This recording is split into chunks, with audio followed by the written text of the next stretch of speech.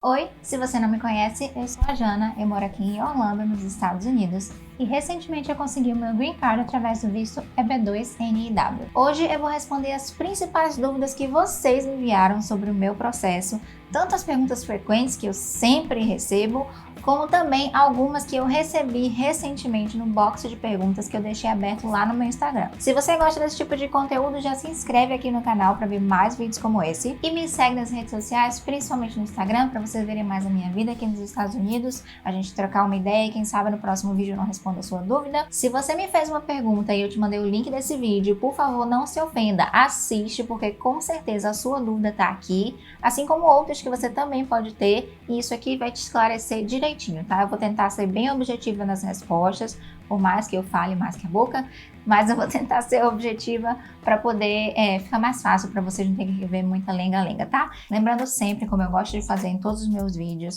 eu não sou advogada, eu não presto consultoria para visto.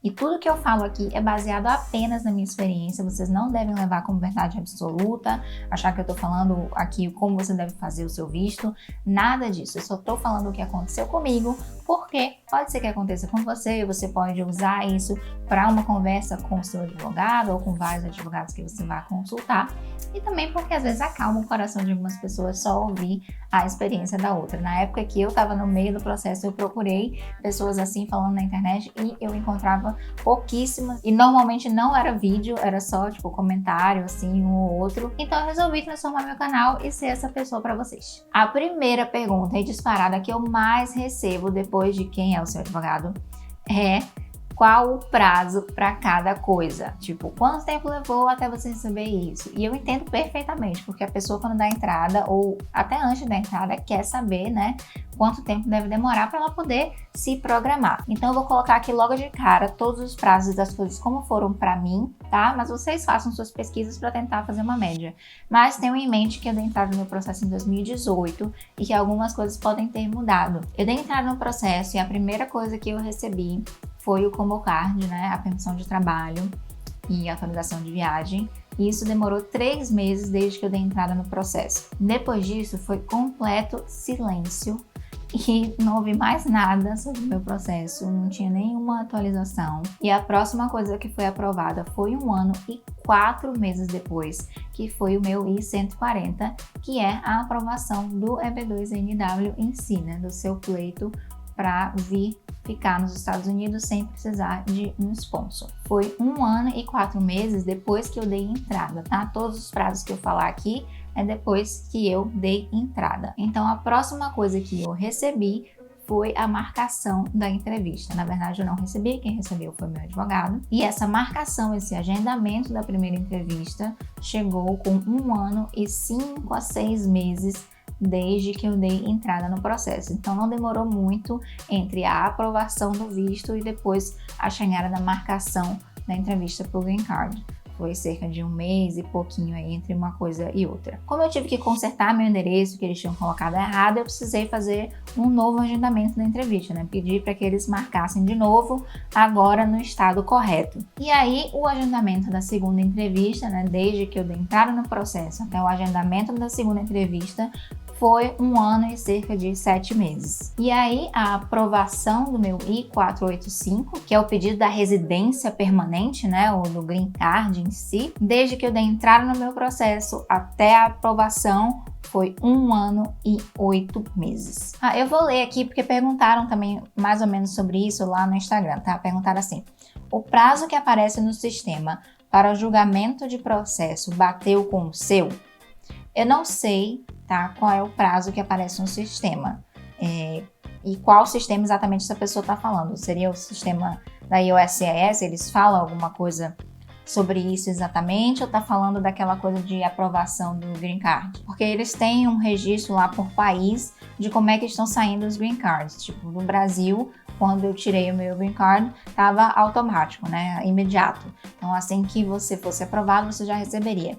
Tem alguns, parece que você, mesmo sendo aprovado, tem que esperar até alguns países que você tem que esperar até receber o seu Green Card. Então, não sei exatamente qual prazo que ela está falando aqui, Mas o que eu posso dizer sobre prazos ou previsões, assim, em geral, é que o meu processo bateu com um prazo que o meu advogado tinha falado mais ou menos, que ele, né, via as coisas e não podia me dar nenhuma garantia, mas bateu com o que ele falou. Acho que algumas coisas a gente recebeu até antes, né, desses prazos, mas tudo foi mais ou menos dentro do esperado ali, não houve nada super atrasado.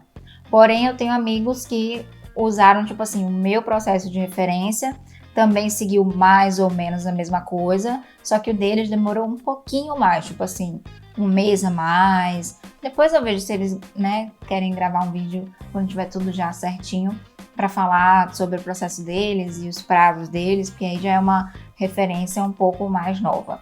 Próxima pergunta que sempre me fazem é: você deu entrada no Green Card junto com o visto? E como eu falei, eu não sou advogada, não entendo essas coisas direito, mas eu vou esclarecer aqui as nomenclaturas, porque aí fica mais fácil vocês entenderem, né, como é que eu fiz as coisas, eu acho. Mas a resposta básica é sim, eu dei entrada em tudo junto. São 2 formulários principais, tá? É o I-140 e o I-485. Então, esses formulários principais que você ou seu advogado vai enviar no pedido do processo. E eu preenchi tudo isso e mandei tudo ao mesmo tempo. Tanto é que eu tive que fazer de novo o meu exame médico, porque eu já tinha mandado há muito tempo o meu exame médico para o Green Card.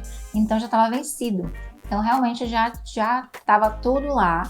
E acho que a própria USCIS que puxa, quando o processo do I-140 é aprovado, eles puxam o I-485, que é o da residência permanente do Green Card, para que você possa dar andamento a isso, fazer entrevista e terminar, né, esse processo. Então, esse formulário passa um tempão lá, meio que esperando o I-140 ser aprovado, tá? É assim que eu entendo essa história.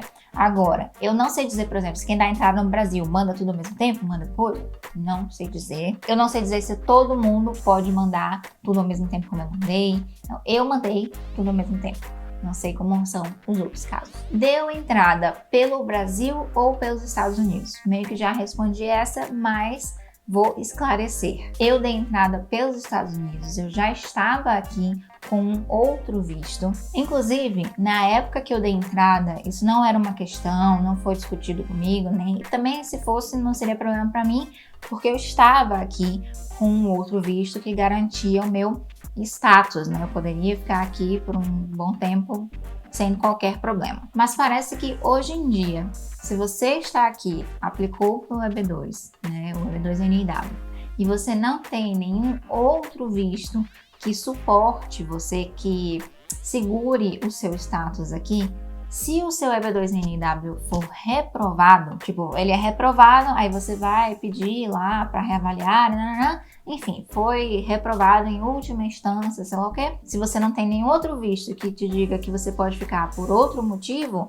então eles têm que te mandar embora do país, né? Então tomem cuidado com isso quando forem fazer a programação de vocês. Se vocês estão vindo, não sei, fazer um mestrado aqui e de repente vão aplicar depois pro EB2NIW. Toma cuidado, porque você vai ter que, né, continuar aí com esse visto. Ou se você já deu entrada, de repente olha a data que você deu entrada, se ninguém nunca falou sobre isso, procura correr atrás, porque dependendo da data que você deu entrada, talvez você, se for reprovado, tenha que ir embora se não aplicar para um outro visto. Você conhece alguém que fez EB2NIW consular do Brasil? O que foi diferente do seu? Tudo que eu ouvi falar foram das pessoas vindo nos meus comentários, as pessoas vindo nos meus directs, falar sobre a experiência delas com esse visto consular. Uma coisa que eu já ouvi falar sobre quem dá entrada no visto pelo Brasil é que você não tem direito a essa permissão de trabalho que eu recebi, né, depois de 3 meses de dar entrada no visto, porque eu já estava nos Estados Unidos. Então, quem dá entrada no Brasil não tem direito a isso, porque acredito que a pessoa tem que esperar, né, a aprovação para poder se estabelecer nos Estados Unidos. Funciona um pouco diferente aí, então pesquisem sobre isso. E a pergunta mais perguntada, que eu sei que eu tenho minha parcela de culpa por ela ser a mais perguntada, é: quem é o seu advogado? Ou então pode me indicar algum advogado. A minha parcela de culpa é porque eu não falei sobre isso. O motivo principal de eu não falar o nome do meu advogado aqui é porque eu já tenho esse canal há muitos anos. Quando isso tudo aqui era mato, quando esses youtubers aí que são famosos nem sonhavam, eu já tinha o meu canal aqui de uma forma madura, da forma que era naquele tempo, só uma rede social. Eu não quero atrelar a minha imagem, nem o meu canal, nem esse conteúdo todo que eu estou fazendo sobre a minha imigração. Por mais que eu tenha uma dívida de gratidão assim eterna com os profissionais que cuidaram do meu caso, eu não quero misturar as coisas. Isso é diferente de chegar num direct e falar, de chegar no e-mail e falar, de escrever um testemunho para ele, ou sabe, de fazer uma recomendação num site de profissionais. Me oponho em nada a fazer, eu só tenho coisas boas para falar do escritório que me atendeu. Mas as pessoas nem sempre entendem isso. A cabecinha da pessoa que ouviu a indicação tá ali ligado. E se a pessoa algum dia, por qualquer motivo, errar ou interpretarem que ela errou qualquer coisa no trabalho dela, você vai junto. E eu não posso me responsabilizar pelo trabalho de terceiros. Por mais que eu confie no escritório que me auxiliou, eu não quero atrelar o meu nome. Eu nunca vou aqui, pode ficar, tá gravado, hein? Big Brother isso aqui. Eu nunca vou vir aqui vender um escritório ou uma assessoria para visto como a solução mágica para sua imigração. Então é por isso que eu nem menciono aqui no canal, porque eu não quero vender solução mágica para ninguém. Eu quero que vocês tenham consciência de que não vai ser o advogado, não é porque o advogado cuidou do meu caso e eu fui aprovada, que você vai fazer e você vai ser aprovado. Não comprem isso de ninguém, não comprem solução mágica de ninguém, não acreditem que vocês vão sofrer golpes por causa disso. Sempre que eu mando o contato para as pessoas, eu falo, e todo mundo que já recebeu o contato meu pode deixar comentário aqui e dizer se não é verdade, que eu falo, procure mais de um advogado, procure um advogado que se adequa para você, porque por mais que a pessoa tenha sido boa para mim, não significa que vai ser para você. E também falo que eu não me responsabilizo. Então, me perdoem, tá? Coraçãozinho para vocês, não me odeiem. Eu não vou falar aqui no vídeo, mas quem pergunta eu falo. Menos fake, tá? Porque eu me reservo o direito de não responder fake. Se eu estou abrindo minha vida para você, falando de um profissional que me atendeu, por que eu vou dar essa informação para uma pessoa que não tá se abrindo para mim? Aqui o nosso papo é direto, vocês sabem que eu gosto de me conectar com vocês. Várias pessoas conversam comigo sobre seus processos, compartilham suas angústias, a gente, sabe, troca muita ideia, e é isso que eu quero. Foi para isso que eu comecei a compartilhar esse tipo de conteúdo, então não vou falar com fake não. Revolts! Bom, e eu poderia ter usado essa informação, né? Quem é o meu advogado como clickbait para esse vídeo, para fazer vocês virem aqui assistir, mas eu não fiz. Então, porque eu não fiz, você vai agora dar um like nesse vídeo para me recompensar por essa honestidade youtubística aqui, tá? Por favor, dá like aí e pode deixar que eu vou te falar. Eu posso demorar um pouquinho, porque cada dia tem mais direct, porque cada dia tem um doido falando sobre o EB2 que vai sumir, que tá tudo errado, enfim. E aí as pessoas vêm falar comigo mais e mais e mais. Então demora um pouco para eu responder todos os directs, mas eu respondo todo mundo que me pergunta, menos os fakes. Dentro desse assunto, eu recebi uma pergunta aqui super interessante no meu box lá de perguntas do Instagram, que foi: acha mais importante o advogado ou o aplicante? Que a pessoa perguntou assim, quem é seu advogado? E aí perguntou isso. Então, a primeira coisa, né, eu já respondi. A segunda, eu acredito que se o advogado for honesto e competente, ele vai saber orientar qualquer aplicante sobre o melhor caminho a seguir. Mesmo que um caminho a seguir seja não faça esse visto ou se qualifique mais profissionalmente para depois aplicar para esse visto, ou economize dinheiro e aplique para o outro visto. Então, nesse sentido, acho o advogado mais importante que o aplicante. Porém, não significa que porque o advogado é bom, ele vai conseguir green card para qualquer pessoa que não esteja apta a receber um green card ou um visto qualquer que seja. Outra pergunta que sempre recebo é: o NIW exige empreender? E eu acho que quem me pergunta isso tem duas questões na cabecinha dela que ela não tá me falando, então eu vou responder a essas duas questões. A primeira coisa é: a pessoa foi orientada pelo advogado ou ela acredita que ela precisa de um business plan, no caso dela, no pleito dela, e ela quer saber se ela vai ter que abrir aquele negócio que ela colocou no business plan. que ela vai colocar no business plan, né? Quer saber se vai ficar amarrada naquilo porque é uma responsabilidade grande, né? Para isso, eu vou responder. No momento, eu não sei de nada que te obrigue a fazer isso. Não consta em nenhum lugar hoje essa orientação, essa ressalva de que qualquer coisa que você coloca no business plan você é obrigado a fazer, senão o cara da imigração bate na sua porta e manda você embora. Não foi amplamente divulgado nenhum caso em que isto aconteceu. Se o seu pedido for aprovado sem você ter aberto o seu negócio ainda, como foi o meu caso, você, em teoria, abre o negócio depois, se quiser, dá andamento ao business plan, se quiser. Porém, essa modalidade de aplicação para esse visto EB2NW é relativamente recente. Então, a gente não tem casos de pessoas que fizeram, aí depois não colocaram alguma coisa em prática, aí tiraram a cidadania e deu tudo certo e a pessoa não abriu o negócio e tá tudo bem. Então, eu não tenho essa história para contar para vocês. Então, para mim, não existe nenhuma garantia. Não é porque eles não falaram até agora que no futuro, quando você, se quiser, for pleitear a sua cidadania, eles vão dizer assim, mas você não tinha falado aqui no seu EB2 que você ia abrir uma empresa e não abriu? E aí depois você tirou o green card, teve um tempão e mesmo assim não abriu?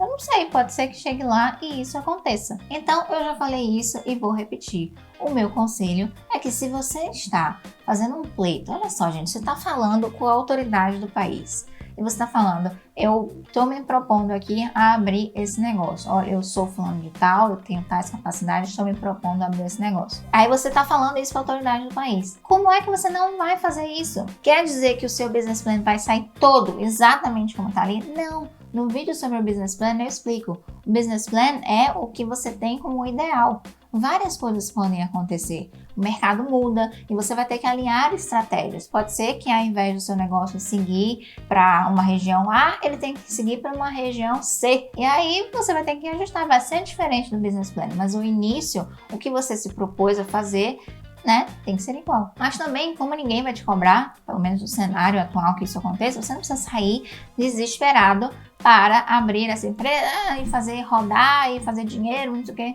Não, faz as coisas com calma, tá? Por enquanto, ainda dá para fazer as coisas com calma. A segunda questão, que essa pergunta que me fazem, né, se o NIW exige empreender, que eu acho que isso envolve, é a pessoa quer saber se pro caso dela, ela precisa de um business plan, se bem que o business plan é obrigatório ela propor que abra um negócio. E para isso, a minha resposta é, não sei. No meu caso, eu fiz, mas eu não sei se em todos os casos são assim. Eu recomendo que você consulte um advogado, aliás, não um só, vários, para saber o que eles têm a te dizer sobre isso e faça o que você se sentir mais confortável. Eu já ouvi dizer que em alguns casos não é necessário o business plan e você pode fazer só um professional plan, que é tipo um plano da sua carreira, o que é que você vai fazer e como você vai seguir a sua vida profissional no país, né, de acordo com todas as suas qualificações, explicar quem você é, tudo tal. Porém, eu não conheço ninguém próximo a mim que tenha feito isso para que eu venha aqui contar para vocês com mais propriedade. Eu acho que já recebi um comentário de uma pessoa falando que fez só o Professional Plan e já foi aprovado. Não me lembro agora. Mas se o seu caso for assim, escreve aqui em comentário falando que as pessoas com certeza vão adorar saber disso. Porque quando me perguntam se o NIW exige empreender, eu imagino que uma das coisas que está na cabeça da pessoa é essa dúvida. Infelizmente eu não sei responder, porque não foi o que aconteceu comigo. E gente, eu posso parecer um pouco chata sempre falando para vocês procurarem um advogado, mas é verdade, gente. Eu não posso falar de tudo, eu não sei tudo, eu só sei o que aconteceu comigo, o que eu ouço falar, e quando é só o que eu ouvi dizer, eu conto pra vocês também. Então, eu preciso repetir isso sempre, tá? Porque vocês precisam criar essa consciência, tá? Paz! Esse vídeo ficou grande, então será dividido em duas partes. Se inscreve no canal para você não perder, porque eu não sei ainda quando eu vou liberar essa segunda parte. Então ative as notificações e fica ligado aí para você ver assim que sair. Lembrando que isso também é uma forma de você retribuir todo esse conteúdo maravilhoso que eu libero aqui sobre vida nos Estados Unidos, sobre o meu processo. Além disso, a sua inscrição me ajuda a crescer aqui no YouTube, levando essas informações para mais pessoas que também têm o sonho americano a ser conquistado. E me segue também nas redes sociais, principalmente no Instagram, porque aí a gente fica mais próximo, eu posso ver a carinha de vocês, se não for fake, né? E é isto. Até o próximo vídeo, gente!